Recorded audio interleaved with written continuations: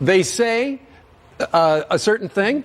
So I guess we got to believe. But Arthur, I just want to point out, though, the Wall Street Journal has a scathing editorial today on that statement that the president put out, saying we are aware of no president, not even such ruthless pragmatist as Richard Nixon or LBJ, Lyndon Johnson, who would have written a public statement like this without so much as a grace note about America's abiding values and principles.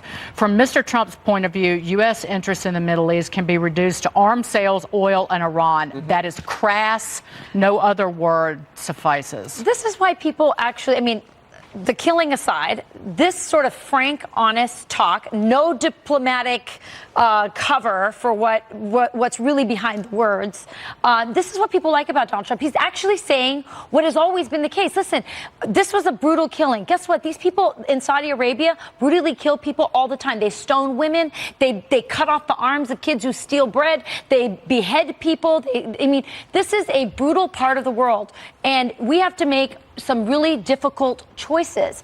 And I think right now what the Democrats are trying to do, and they're using this killing as a way to do it, is to reorient our foreign policy in the Middle East back towards Iran, something that Donald Trump shifted away from there when he removed the Iran deal and he focused right back onto Saudi Arabia. The Wall Street Journal editorial page is conservative, and they point out that the left is trying to moralize on this, but they say that the danger is that the Crown Prince will feel like he can do anything and suffer no reduction in support. I think you can say that it's wrong, but to upend and reorient towards a country, Iran, which essentially this would do if we move away from Saudi Arabia.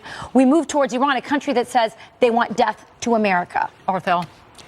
Well, first of all, I don't think you can say, well, this killing aside, because this is not, you're right. There are human rights crisis at play in that country. All right. But we're talking about someone who lived in this country, someone who worked for an American company, a U.S. resident.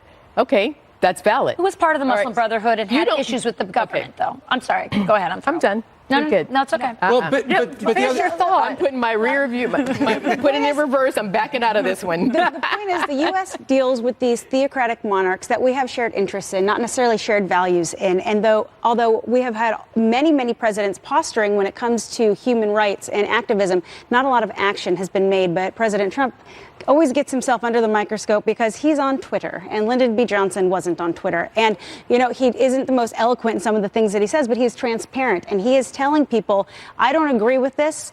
You know, he's saying maybe they did, maybe they didn't. Not necessarily the words I would have chosen. So what is it? Does he agree with it, or does he disapprove of it, or he's giving him a pass? And well, Steve, you know, I'm actually really curious to see what Saudi Arabia does with this, because President Trump has been talking about, like, what are we going to do in Yemen? And so I want to see what Saudi Arabia is going to do. Are they going to now come back to President Trump saying, all right, well... Well, to paraphrase the Journal editorial, that the